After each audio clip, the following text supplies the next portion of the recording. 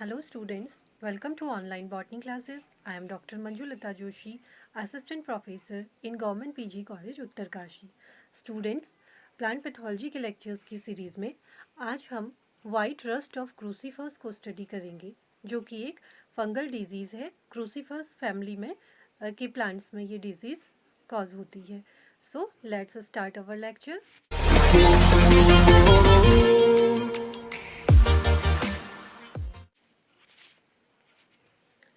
सबसे पहले हम इसमें होस्ट रेंज को देखते हैं. Disease affects large number of crucifers of economic importance like mustard, repa, radish, cabbage, cauliflower and turnip. In India, the disease is reported on mustard, rep, Eurica sativa, turnip, cauliflower and Cleome viscosa. Cleome viscosa क्या होता है? ये एक क्या है? टिकविड इसको कहते हैं या फिर एशियन स्पाइडर फ्लावर इसका नाम है. तो इस पे भी ये इन्फेक्शन दिखाई देता है. The disease in association with downy mildew disease of crucifers caused by Peronospora parasitica cause severe damage to the crop. अगर ये वाइट रस्ट डिजीज जो है वो उसके साथ साथ डाउनी मिल्ड्यू डिजीज भी कॉज हो जाती है, तो ये हमारी क्रॉप में क्या करता है? सीवियर डैमेज को शो करता है. Next is symptoms of the disease. The disease affects all the aerial part of the plant, but the root are not affected. तो इसमें क्या होता है? जो प्लांट के एरियल पार्ट हैं उनमें सारा का सारा इन्फेक्शन देखने को मिलता है, लेकिन जो रूट वाला पोर्शन है उसमें इन्फेक्शन नहीं होता है. सिम्टम्स में appear as a result of two types of infections. पहला लोकल सिम्टम है, दूसरा सिस्टमिक सिम्टम्स हैं. लोकल सिम्टम्स में क्या होता है? आइसोलेटेड स्पॉट्स और पस्ट्यूल्स अपेयर ऑन लीव्स और स्टेम्स और इनफ्लोरेसेंस. तो इसमें तीनों पोर्शन में लीफ है, स्टेम है और इनफ्लोरेसेंस है, इन सभी में क्या होते हैं? वाइटिश स्पॉट या पस्ट्यूल्स उनको कहा जाता है, वो अपेयर होते हैं. The pustules are of variable size, measuring 1 to 2 millimeter in diameter and are raised shiny white areas. ये सभी आपने अपने फील्ड में भी ऑब्जर्व करा होगा. गार्डन में भी हम ब्रेसिकेसी फैमिली के मेंबर्स को लगाते हैं, क्रूसीफेरी फैमिली के मेंबर्स को लगाते हैं, तो उसमें कभी कभी आपको ये डिजीज़ देखने में आती है. सिस्टमिक इन्फेक्शन इसका एबनॉर्मल ग्रोथ होती है, distortion and sterility of flowers और inflorescences due to hypertrophy and hyperplasia. Hypertrophy और हाइपरप्लाजिया मीन्स क्या होता है? Over growth of organs.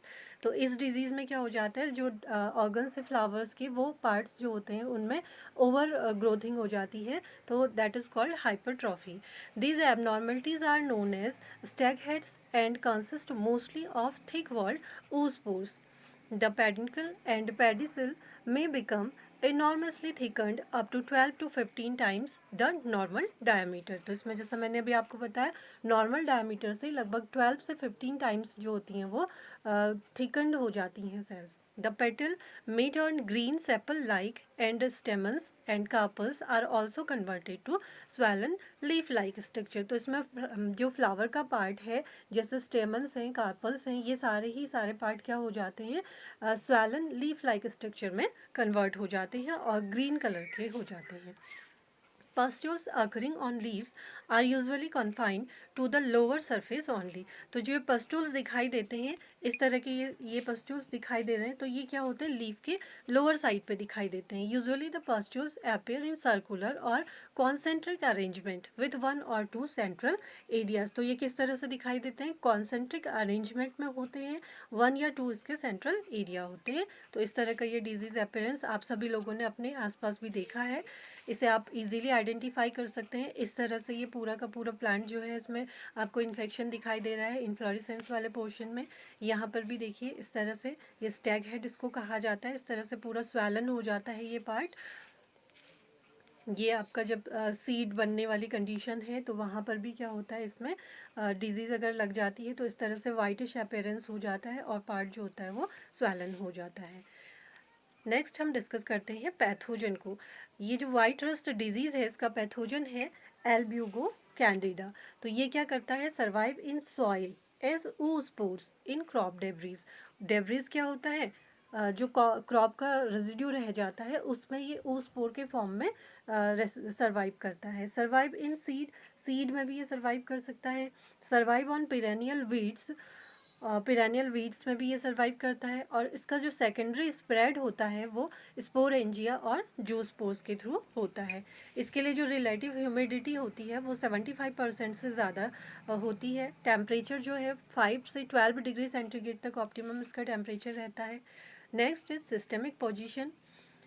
Kingdom Mycota को बिलोंग करता है। Division Eumycota, sub division Mastigomycotina, class Oomycetes, order है Peronosporales, family Albuginaceae and genus है एल्ब्यूगो, स्पीसीज है इसकी कैंडिडा। तो ये क्लासिफिकेशन आपको काफ़ी कुछ इस क्लासिफिकेशन से ही इसके बारे में जानने को मिल जाता है, क्योंकि अगर आपने फंजाई को डीपली स्टडी किया है तो इसमें माइकोटा किंगडम के क्या करेक्टरिस्टिक फीचर्स हैं वो आपको पता होगा, तो वही इस फंगस के भी करेक्टरिस्टिक फीचर होंगे। इसी तरह से पेरेनोस्पोरेल्स में किस तरह के सिम्टम्स होते हैं वो सब यहाँ पर आपको इस क्लासिफिकेशन से काफ़ी कुछ इस जो पैथोजन है इसके बारे में जानने को मिलता है। तो इसलिए क्लासिफिकेशन बहुत इंपॉर्टेंट चीज़ होती है। नेक्स्ट इसका पैथोजन जो है वो उसमें 2 स्टेजेस होती हैं। एक है एसेक्सुअल स्टेज और दूसरा होता है सेक्सुअल स्टेज। जो पैथोजन है वो क्या है, ऑब्लिगेट पैरासाइट होता है। इसका पूरा का पूरा लाइफ जो होती है वो एक ही प्लांट पे स्पेंड हो जाता है। और इसमें जो एसेक्सुअल स्टेज है इसमें कोनिडिया बनते हैं। कोनिडिया जो होते हैं वो कोनिडियोस्पोरेंजिया में बनते हैं, कोनिडियोस्पोर्स इनको कहा जाता है। और फिर इसमें क्या होता है, कोनिडिया डेवलप होकर इनका माइसीलियम जो है वो प्लांट की लीफ की एपिडर्मिस से एंटर करके पूरा का पूरा फैल जाता है।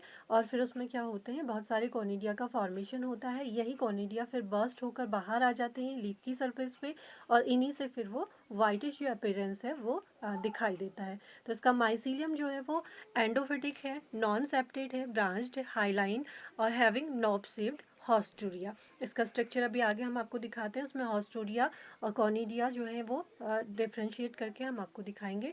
कॉनिडियोफोर्स शॉर्ट होते हैं, हाईलाइन होते हैं, क्लेवेट हैं, थिक वॉल्ड हैं, बेजली ब्रांच्ड हैं, क्लब शेप्ड हैं and gives rise to simple chains of conidia. तो कॉनिडिया की इसमें चेन बनती है, काफ़ी सारे कॉनिडिया का फॉर्मेशन होता है।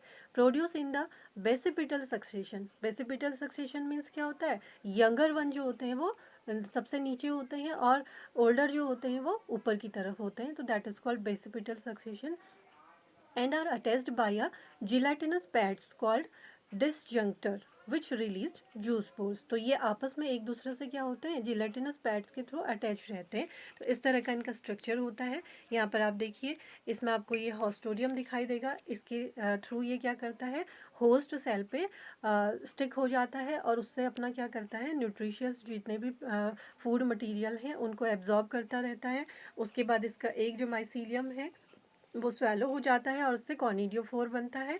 कॉनिडियोफोर में क्या होता है, कॉनिडियम का डेवलपमेंट होता है और ये क्या है, बेसिपिटल मैनर है, जिसमें कि यंगर कॉनिडियम नीचे की ओर है और ओल्डर कॉनिडियम क्या है, ऊपर की ओर है।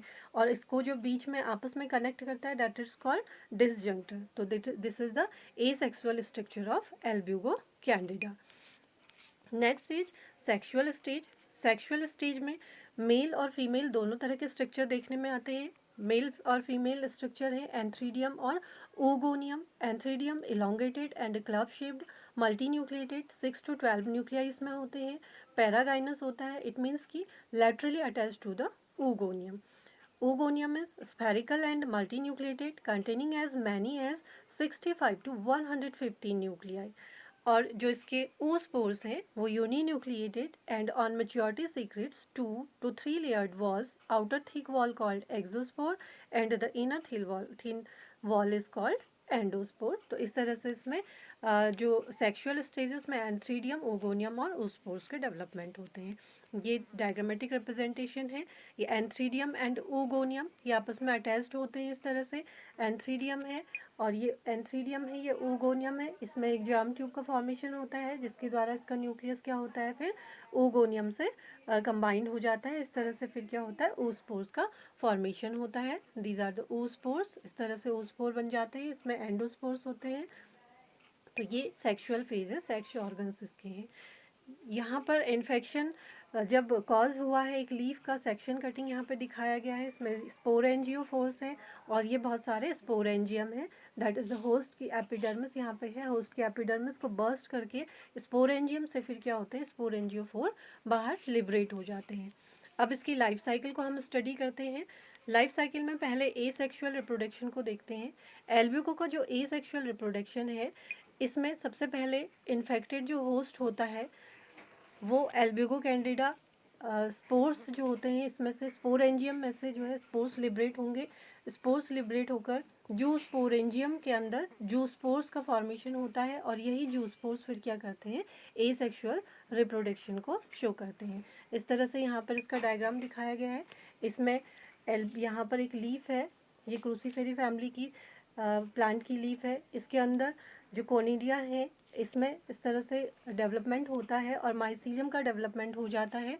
माइसीलियम डेवलप होकर इस एपिडर्मिस के अंदर चला जाता है और धीरे धीरे फिर इस माइसीलियम में एक पार्ट क्या हो जाता है, स्वेलन हो जाता है इस तरह से। और फिर ये स्वेलन पार्ट में क्या होते हैं, कॉनिडियम का डेवलपमेंट होता है। कॉनिडियम के अंदर बहुत सारे इंटरसेलुलर डिस्क बन जाते हैं।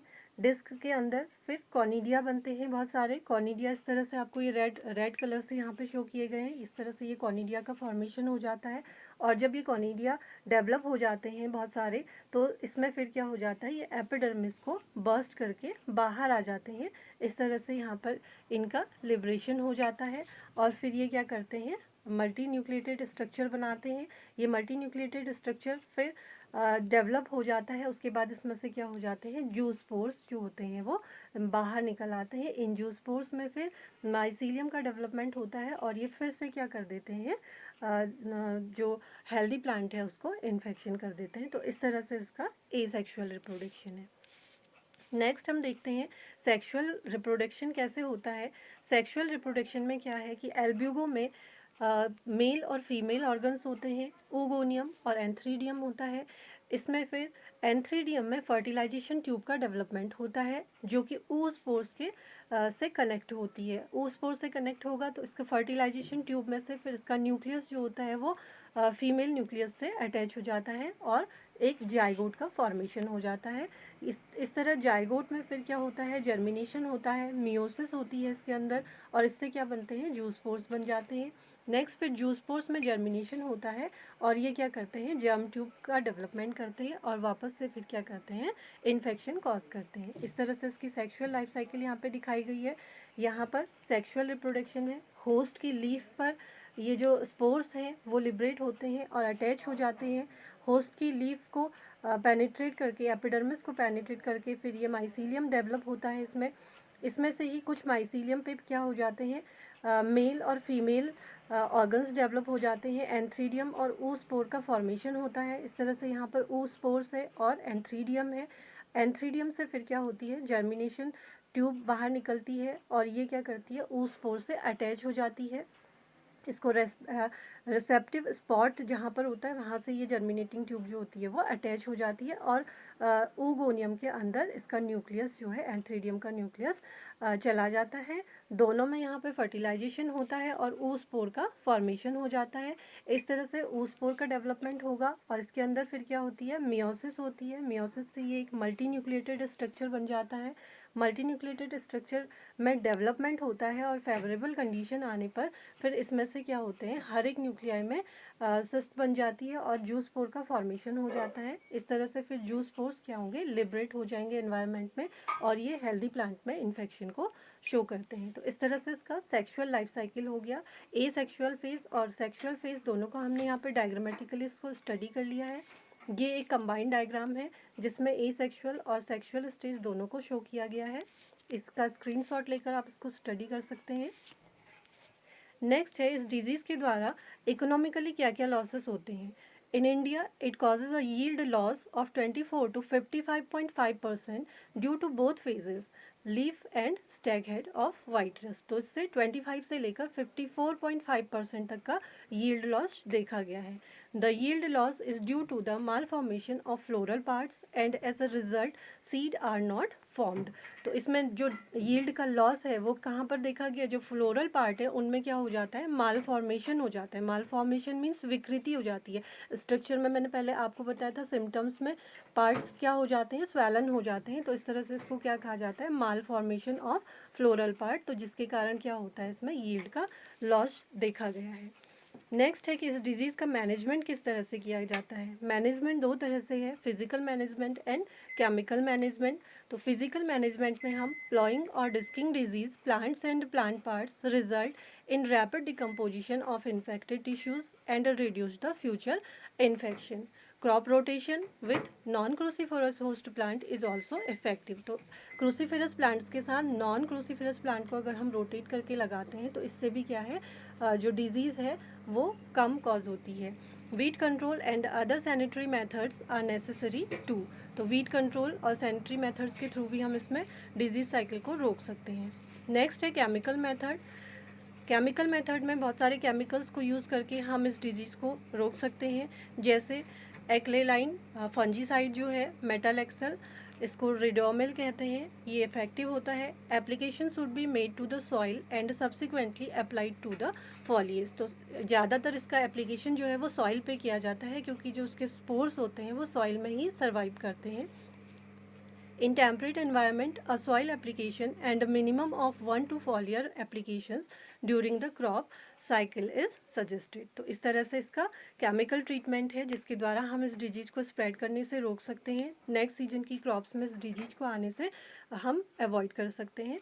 तो these are some details related with Albugo candida white rust of crucifers. तो आज के लेक्चर में हमने एल्ब्यूगो कैंडिडा की लाइफ साइकिल को स्टडी किया, इसके सिम्टम्स को देखा। तो आई होप कि इसके द्वारा आप इस डिजीज साइकिल को अच्छी तरह से समझ चुके होंगे। Thanks for watching.